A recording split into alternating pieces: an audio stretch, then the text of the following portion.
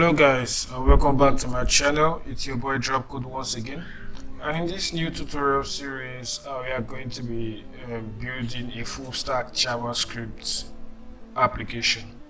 So in order to get started, we are going to be building a full stack application that is going to consist in an API backend and a Vuex frontend. And for our APIs, we're going to be building it making use of Adonisjs. Adonisjs is a Node.js MVC framework that is used to build applications, both the backend and the front end included. But today we are going to be building the front end part of our application separately and the backend part of our application separately. So to get this application started, for the app, we are going to be building a staff management system. And before we touch any code or any framework setup, I would like us to quickly design our database models to get us familiar with the application and how it's going to work. So I'm just going to quickly open my SQL workbench and hope you guys please follow along so that we can get familiar with the application before we start building it. So I'm going to create a new model here. It's going to be a diagram. So here's the diagram. So I'm just going to quickly create a table, a database table here. Then I'm going to call it. Just press enter, and here we have our first table. If you double click on the table, you should have the name of the table. So our first table is going to be the company, which is going to be every company that wants to make use of the staff management system has to get registered alongside the admin user for that company. So then from there, every staff is allocated to a company. So that's the way our application is going to work. So now we have the company, and for the columns, we're going to have the ID. It's going to be here. It's going to be an integer, not null, and it's going to be the primary key. And I think that's all. Then here we have the company, which is going to be a varchar, and not null, can be null. And what else? For the ID, we need to be an auto increment, so I'm going to click on that. Then the next thing for the company, we're going to need company email, which is also going to be a varchar, not null. So as you can see, we are filling up the tables right here above. And the next value we're going to need is the phone number. Normally, I'm just supposed to start building the app normally, just like every typical videos out there. But I just wanted to show you guys the process of planning and how planning really makes building out the application much more easier for us, so we don't get any mistake or confused on things that are supposed to have been taken care of from the beginning of the application.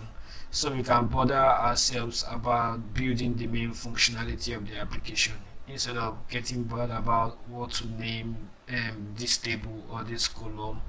All that will be sorted out just by planning out our application before building it. So the next thing we need is okay, we have the company name, the email of the company, the phone number of the company.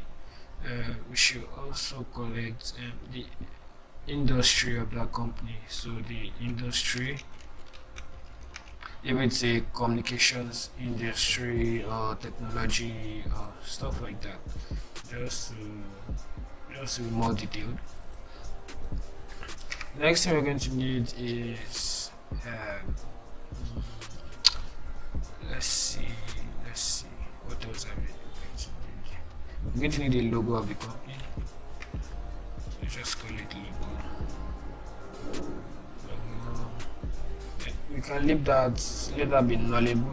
We don't want that to be compulsory during registration. These are the main things that needs to be compulsory, which is a name, email, phone, and industry. After the logo, I'm thinking of what else we're going to need for the company. Industry, logo, phone number, email, then address, where the company is located. To know that. Then this is going to be not now. Then what else I'm going to need? Name, email, phone number, industry, logo, address. I think that should be all. That should be all for the company. So we're just going to stop here for now. Then the more ideas that come to our mind, we add it to the table. So as you can see, guys, planning is very, very important. So we don't get to start building our application and start changing tables, adding more tables. We are going to do all that right here. I'm going to put on that table, which is going to be, let's say, the department. Then in the column area, as usual, we have an ID. It's going to be not null, primary key, then auto increment. Then for this other area, we're going to have the department name, Vaka, not null, and okay, that's all. Then let's just have a small description. It's going to be a string, also a Vaka, description, Vaka, and should we make it nullable or not? No, let's just make it not null. Okay, I think that's all for department for now. Then as we go on, we're going to connect the relationships and all that alongside with every department and every staff. So sorry for the noise. So the next table we're going to put out should be h2 users table. So we just call the users. Here we have the ID, primary key not null, then auto increment. Then we have the first name of the user,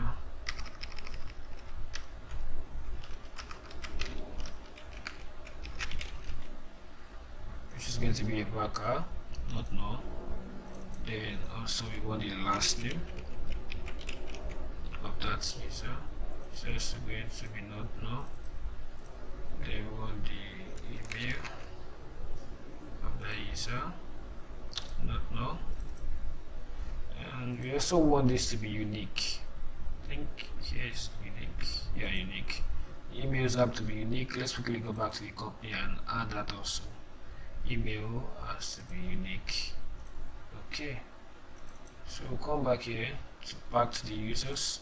Then after the email, we also have the phone number of the user.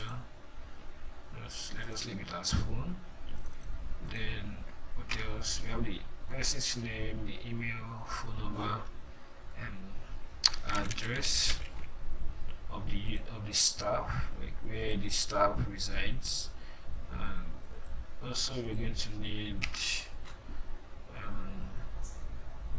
let's create a little about section of the user, so the user can write a little bit of details about himself.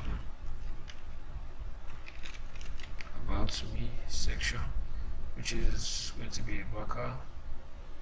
Should make it a back. I was thinking of making it like a text, so you can take in more values. Let's just do that. Let's make it text. Yeah, let's choose text. Then let's say 10. So we have a text for that. So that gives us more to type in more details about any user. as the user wishes. So we have about me, address, phone, email, and name. We also need the department of the user. So we're going to link this letter to the department. It's going to be department ID, which is going to be we can leave it nullable for now, then, so it can be updated later. Yeah, because if we're going to be registering a company, we're also going to register a user alongside the company, which is going to be the admin.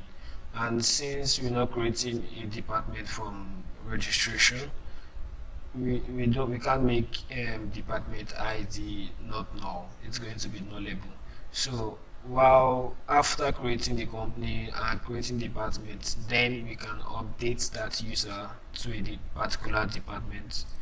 So what else we're going to also add? Let's think. What else do we need from this style? Let's just have we also need the image, the profile photo. Let's call it avatar. What the user, which is way back. Not no. Let's leave that. Let's make it nullable. So, what else are we going to need? The department of the staff is avatar, about him, address, phone details, email details, his name details, then date of birth.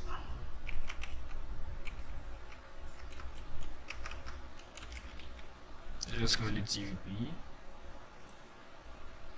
To be a date. Make it date time. Just going to be date. After the person's date of birth, what other details do we need from this stuff?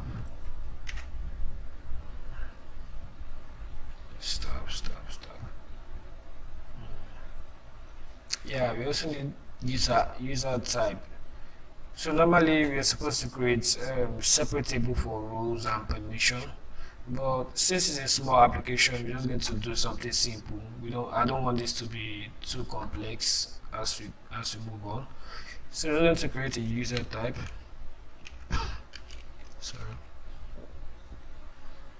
User type for that user. So we want the user type to be string. Should we make it a string? Yeah, let's make it a string. We can still change that later if we want. I was thinking of making it an enum, so we can put in predefined values like admin, manager, and regular stuff like that. Those two roles. Maybe we should do that. String also works well. It's all good. Let's leave it like that for now. So after the user type, what else do we need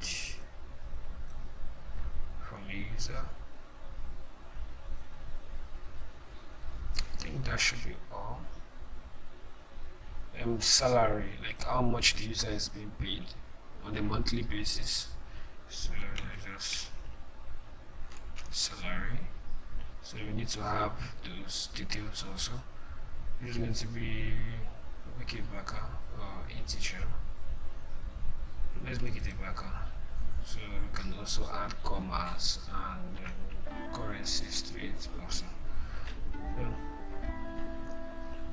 So that I think this should be all. Which other table I'm going to need? We have the company itself, the departments, then the staffs of that company. I'm thinking maybe we should also add positions, which is like the manager, account manager, and stuff. We should create a positions table where we can add positions. Then while updating our user, we can just add those positions to that particular user, so it's easier to update or we can also do it like adding a table here called position, then manually add that. But I think if we do it like this, we'll always have to type in positions for each user, and sometimes those values are not going to be well defined. So I think it's better we create and just clear this table. Just don't need it. How do I delete this?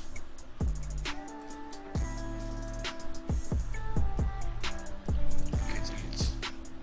So I think so. Let's create a salary this positions table. So we can create positions for users. So let's go over here and create another table right here. Call it sorry, positions. Okay. We edited this. This is users table.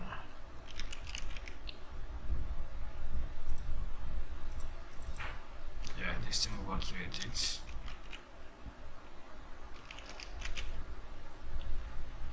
Positions table. Let's call it departments.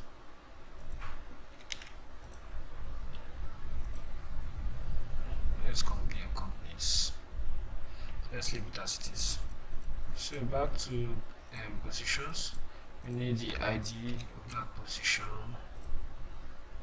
It's going to be the primary key, not no auto increment.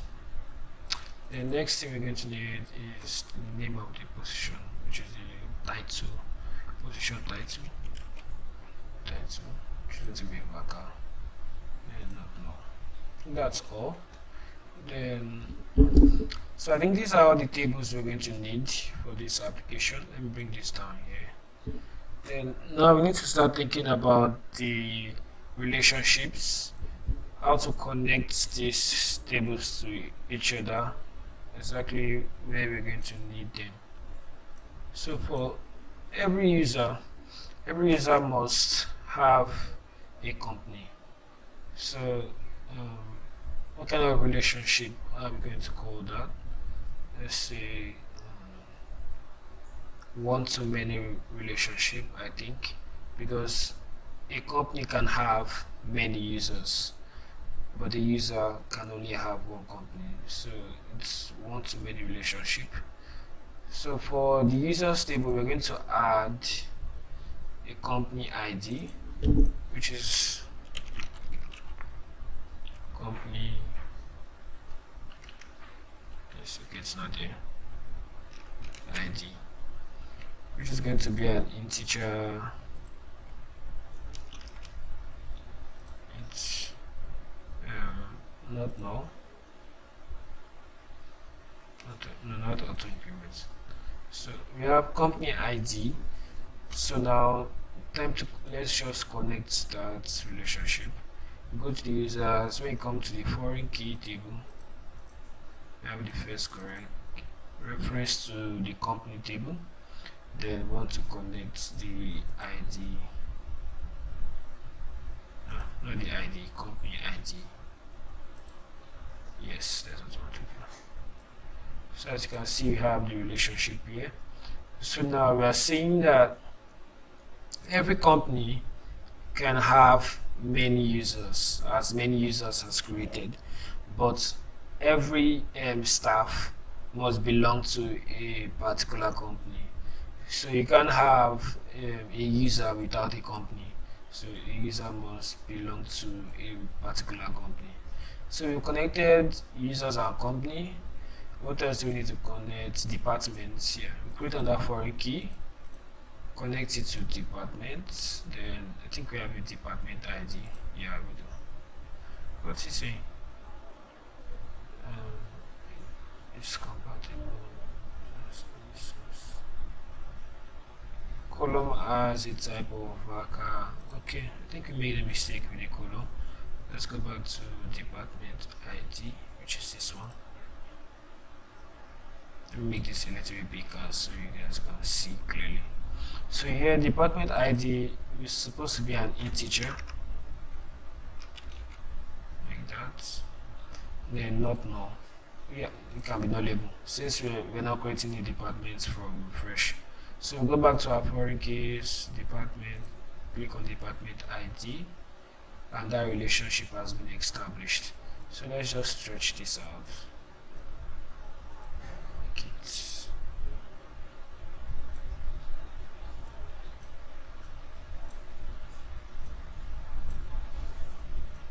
Okay, let's leave it as this. So we have these two relationships. So we have the users connected to a company. Then for departments, every user belongs to a department.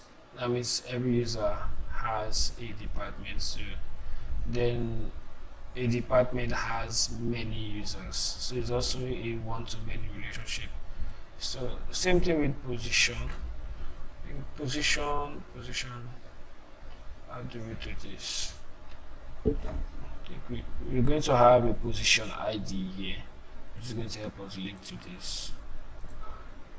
So let's quickly create that.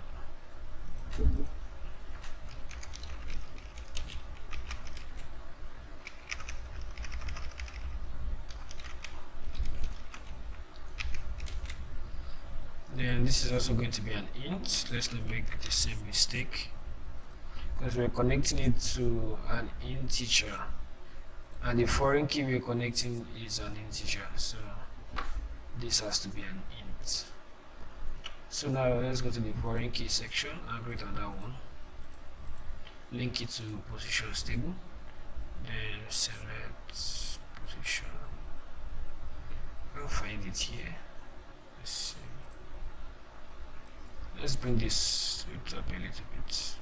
Okay. Come back here. Then we have position ID.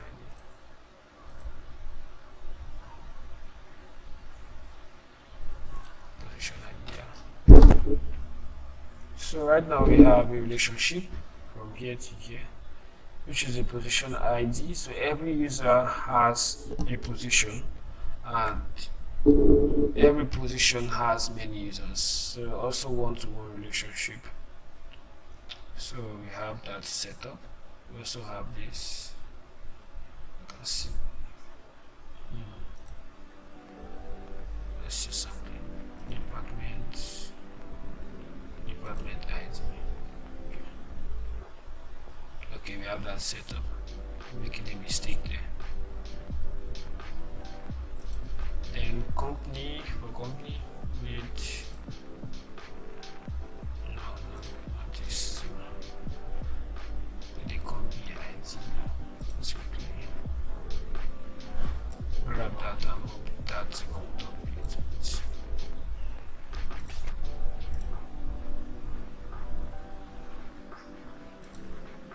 Yeah, company ID. So this references this table. This also is set up. This also is set up. So now we have all our tables all set up, and we are getting closer to being ready to start developing our application. So now that we have that, so let's just arrange this properly. And I hope you guys are getting what we are doing here. What we're basically doing is we are trying to get our application set up before actually writing any code. So we don't have to, so we actually have to do less work than usual by planning these things out. So we have a company. Every company has many users, many departments, many positions. So we're also going to have company ID for both. This is because each company that gets registered has its own department and its own positions. So we don't want situations whereby we're building this application and another company logs into the account and they start seeing positions and departments that were not created by them. You get situations like that. I've once been in a situation like that when I was building an application for the company I worked with recently. I made that very huge errors, and we had up to 8,000 to 2,000 users on that application, and I messed up really badly. But that's one lesson I've learned and a mistake I'm never going to make again. So for departments, we're going to have company ID here.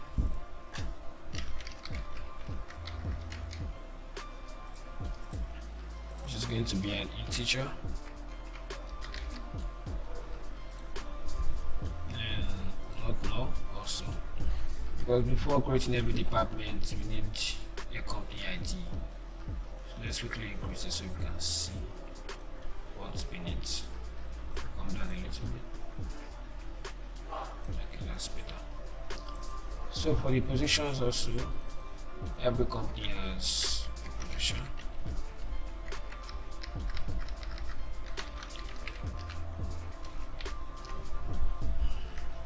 Which is the ID.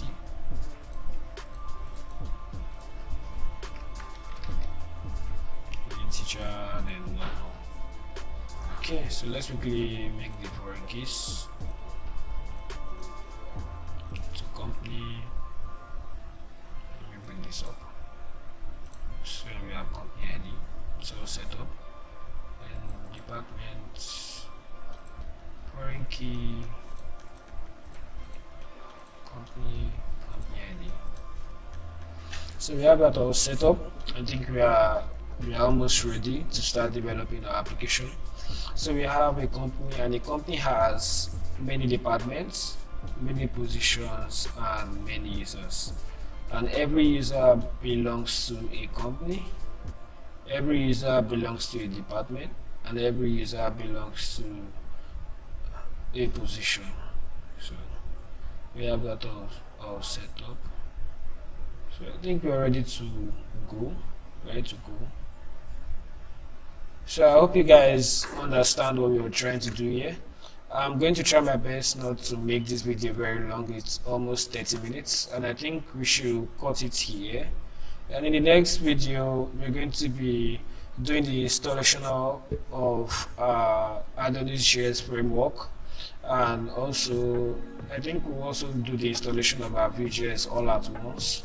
I have the clients and the server side all set up, so we don't have to do that separately.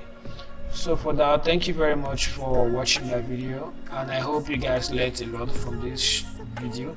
In the next video, I hope to see you guys back here on this same channel, and the next video is going to be coming back on Wednesday. Wow, I'm going to be releasing the videos twice a week, which is Monday and hopefully Wednesday or Thursday. So love you guys, hope you guys learned a lot, and have a lovely day. Thank you. Bye.